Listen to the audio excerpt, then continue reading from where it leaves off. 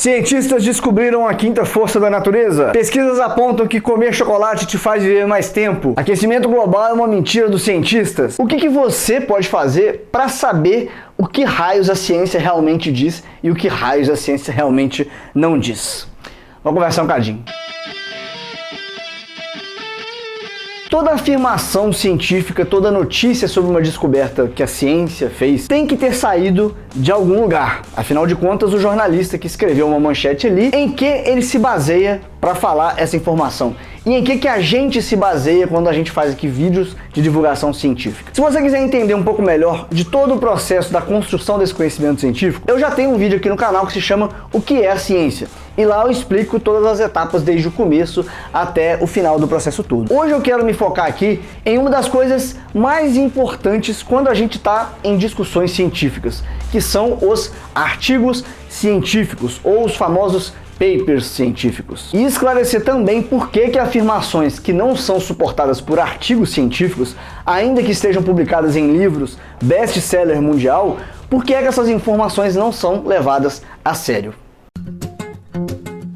Antes de mais nada, é importante entender para que servem os artigos científicos. O grande diferencial do método científico é a possibilidade de, sempre que alguém apresenta uma hipótese, outras pessoas poderem replicar os estudos que essa pessoa fez para testar e ver se as conclusões realmente são suportadas em diversos locais por pessoas independentes fazendo o mesmo experimento, ou se essa pessoa está tirando informações de trás da orelha dela. Ah, mas qualquer um pode fazer experimento, você não precisa de artigo para testar uma teoria. Não é bem assim, não é qualquer experimento que a gente considera um experimento científico, que a gente vai dar credibilidade como um experimento científico. Exatamente porque, no caso de experimentos científicos, quando você realiza um experimento qualquer que seja, você precisa apresentar detalhadamente todas as etapas e todas as condições sobre as quais o seu experimento foi feito, de forma que uma outra pessoa possa pegar essa receita como uma receita de bolo, refazer por conta dela em um outro local e ver se esses resultados batem com o resultado que você encontrou. E é nessa parte que entra a importância tão grande dos papers, dos artigos científicos. O artigo científico, ele é basicamente um relatório bem compilado, bem estruturado, que um cientista, um pesquisador de qualquer área, apresenta para a comunidade científica, para outras pessoas, detalhando todas as etapas do estudo que ele fez. E também como que ele obteve os resultados que ele obteve. Porque na ciência a gente não só chega trazendo afirmações e dizendo acreditem, é assim, eu disse e ponto. O que é importante da ciência é exatamente as pessoas apresentarem as hipóteses para elas poderem ser testadas e um cientista tentando mostrar que o outro está errado, e é assim que a teoria vai se fortalecendo, com mais gente refazendo e percebendo que não tem como encontrar resultados diferentes daqueles propostos. Esse relatório ele apresenta um corpo bem estruturado, com um certo padrão que é exigido quando você vai publicar um artigo. Inicialmente você vai ter um abstract, que é um resumo do seu trabalho.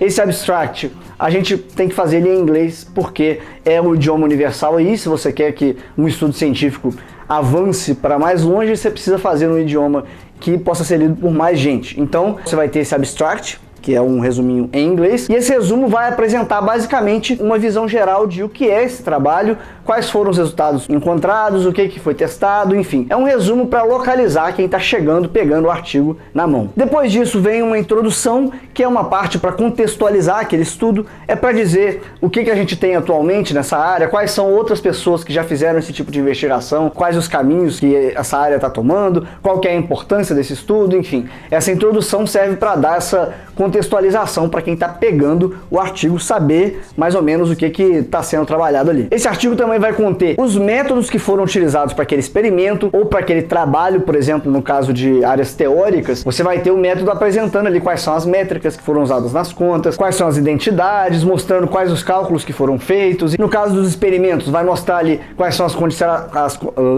quais foram as condições sobre as quais foram realizados o experimento, e aí depende de qual área, por exemplo, se você vai ter um experimento de física experimental, precisa levar em conta a temperatura e pressão, se for um experimento que envolva trabalhar com isso. Ele vai dizer quais são as condições do local onde foram feitos os experimentos, ele vai apresentar os aparatos, vai apresentar um detalhamento de toda a metodologia, materiais, enfim, que foi utilizada para construir aquele experimento ou, no caso de áreas teóricas, todo o ferramental matemático que foi utilizado ali para fazer essas contas que foram feitas e apresentadas naquele artigo. Exatamente para que outras pessoas que sejam da mesma área, que queiram reproduzir esse experimento e testar o que o artigo está afirmando, possam ter todas essas condições em mãos. Já que a replicabilidade é o grande diferencial dos experimentos científicos. Esses artigos também vão apresentar os resultados encontrados, e aí vai depender de quem está apresentando como ele vai querer organizar esses dados, se vai querer apresentar em tabelas e também em gráficos, formas de tornar esses resultados mais palpáveis e mais compreensíveis. É pegar os dados brutos que você obteve lá no seu experimento, no seu laboratório ou nas suas contas e transformar isso em conhecimento, transformar isso em informação interpretável. Essa parte também vai trazer qual é a precisão daquele estudo, porque se você colocar uma margem de erro grande o suficiente, você consegue tirar qualquer conclusão. E por fim, esses artigos também vão apresentar uma discussão sobre esse estudo, sobre o que foi obtido, se o resultado foi positivo ou negativo, que são os casos de você testar uma hipótese e ela se confirmar, ou você testar uma hipótese e mostrar que essa hipótese está incorreta, que também é extremamente importante. Depois que esse artigo é montado, essa pessoa, esse grupo de pesquisa, esse cientista, ou geralmente são grupos de cientistas, vão enviar essa compilação, esse relatório completo, para várias revistas científicas. E aí vai ficar a critério do grupo em que revistas eles vão tentar publicar. Essas revistas científicas são o que a gente chama de periódicos científicos. Estes periódicos vão ter um corpo de pessoas de diversas áreas que vão ser responsáveis por revisar esses artigos que a revista recebe para tentar publicar. Então, por exemplo, se eu envio lá um artigo de física teórica, eu tento enviar para a PRL, que é a Physical Review Letters, que na física teórica é a revista mais relevante aí. Quando eu enviar esse artigo lá, o periódico, a Physical Review Letters, tem várias pessoas espalhadas aí pelo mundo que queiram fazer parte e que eles tenham selecionados, que são das áreas específicas. Então, por exemplo, se eu enviei um artigo de física teórica, vão ter vários físicos teóricos que vão receber cópias desse meu artigo, sem identificação, para eles não saberem que é o artigo meu, porque essa independência é importante, para não ter um amigo meu lá corrigindo o meu artigo, e ele vai falar, pô, esse trabalho aqui é do Davi, eu vou passar. Não, vai ser a identificação, essas pessoas da área vão analisar esse artigo, selecionar, vão qualificar, vão ver, vão dizer, rejeitar se for o caso, até se montar aí uma compilação dos artigos que vão ser publicados dentre aqueles considerados os mais relevantes. Nessa análise vai contar para ver se o artigo apresentou uma margem de erro aceitável, se as contas estão fazendo sentido, enfim, se não tem nada ali que não é falseável. Todas essas coisas são analisadas por várias pessoas independentes. Não é uma pessoa que vai olhar o artigo e dizer, ah, passa esse aqui, publica aí que tá bom. E é daí que sai o grande filtro, e aí você começa a entender por que a gente fala tanto da importância dos artigos científicos. Porque uma vez que um trabalho é publicado, significa que ele já foi revisado por muitas pessoas da área. E aí, depois desse processo, o artigo foi publicado, pronto, nós temos uma verdade absoluta que toda a comunidade científica aceita, né? Não, obviamente que não é assim que funciona. Essa publicação só significa que esse estudo, os resultados desse estudo, foram revisados por muitas pessoas da área e foram publicados naquela revista específica.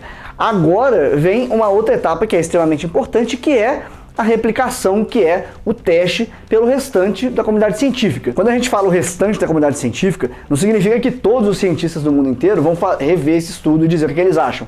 O que vai acontecer agora é que outras pessoas que estudam áreas relacionadas com aquela, ou que estão trabalhando com temas semelhantes àquele, vão pegar esse estudo e vão inserir isso aí nos seus testes, vão replicar os estudos. Tem muitos laboratórios que fazem isso, que replicam os estudos para ver se os resultados batem. Essas pessoas também vão enviar os artigos delas e outras vão rever, e assim você vai testando para saber o que realmente são conclusões que vão sendo reforçadas por outros experimentos, quais dessas conclusões vão ser refutadas, e até, nesse caso, é onde se pega possíveis fraudes. Acontece também em ciência, como acontece em qualquer outro ambiente, mas a ciência, por ela funcionar dessa forma, por ela não ter dogmas e por ela se permitir questionar, o incentivo ao cientista é exatamente questionar o que os outros estão apresentando, a ciência tem esse diferencial de filtrar muito bem quando alguém tenta inventar informações e publicar isso aí. E nem sempre essa análise vai ser só uma replicação do estudo, não vão ser só pessoas refazendo o estudo,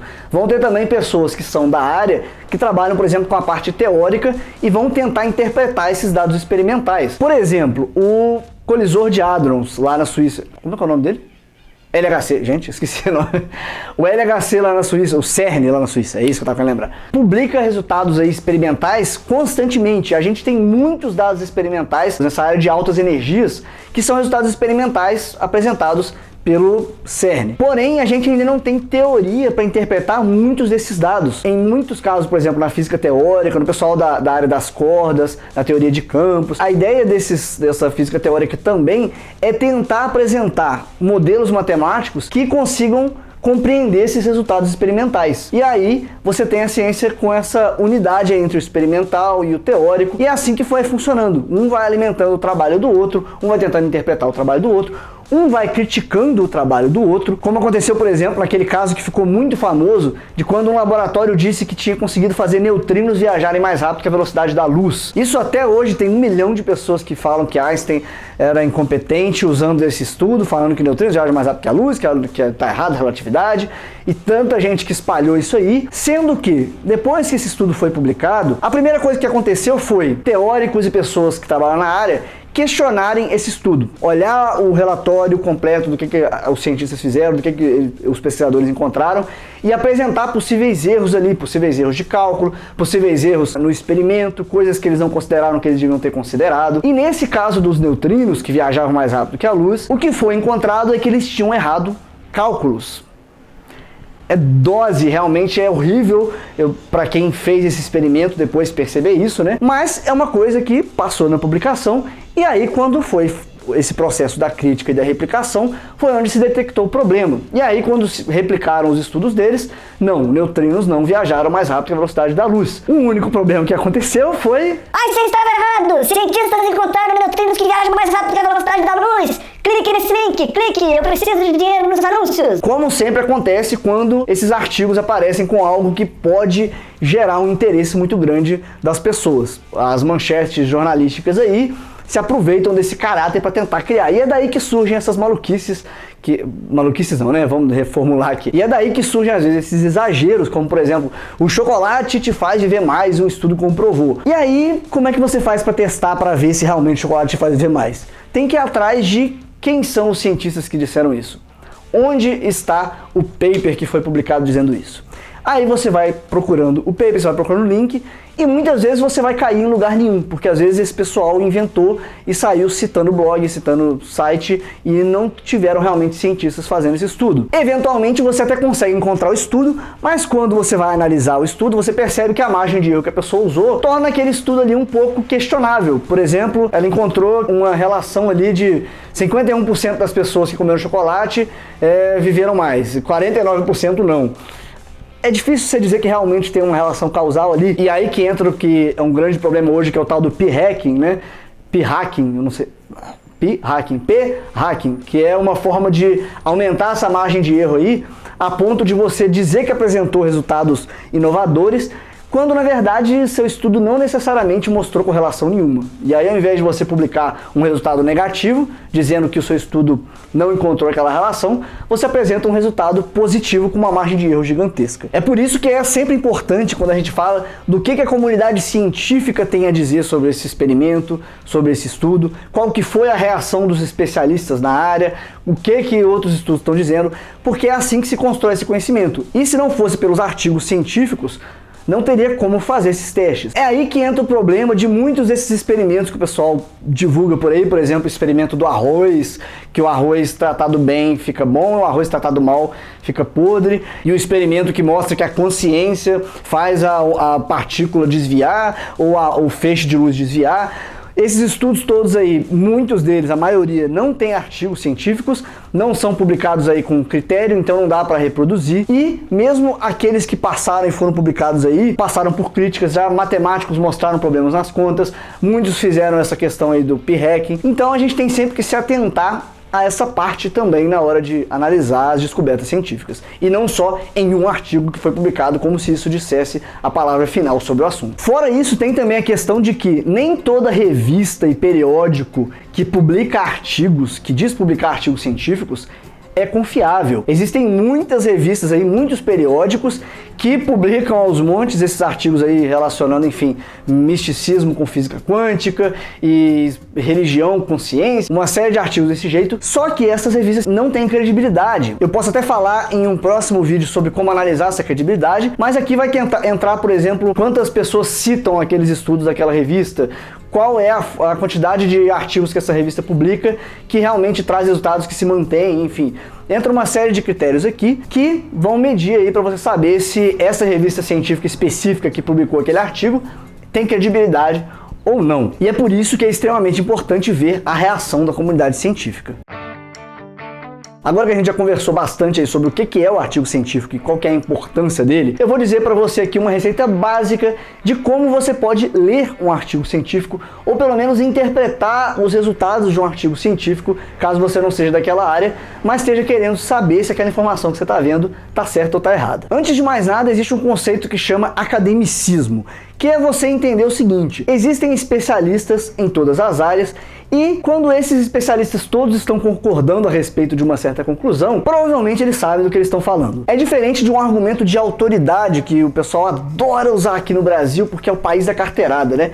Mas um argumento de autoridade é você dizer que algo está certo só porque um especialista ou alguém que se diz especialista ou o professor da USP que tem formação em geofísica está dizendo que aquecimento global é uma mentira. E aí você fala, ele é um especialista, então ele sabe o que ele está falando. Não, isso é argumento de autoridade. A questão aqui é você ver o que toda a comunidade das pessoas que estão naquela área, e especialmente as pessoas que estão publicando estudos sobre aquilo ali, e não as pessoas que estão publicando textos em blogs e sites com teorias mirabolantes sobre a conspiração, mas pessoas que estão publicando estudos naquilo ali, é ver o que toda essa comunidade de pessoas tem a dizer. Então, pelo academicismo, a gente parte mais ou menos disso aí. Se eu tô vendo as conclusões de uma área que eu não entendo muito e eu não vou parar a minha vida para me especializar naquilo ali, por exemplo, uma descoberta de biologia, eu sei que teve todo esse filtro para essas descobertas estarem agora sendo aceitas ou não. Então é sempre uma boa eu pesquisar o que os especialistas, o que a comunidade científica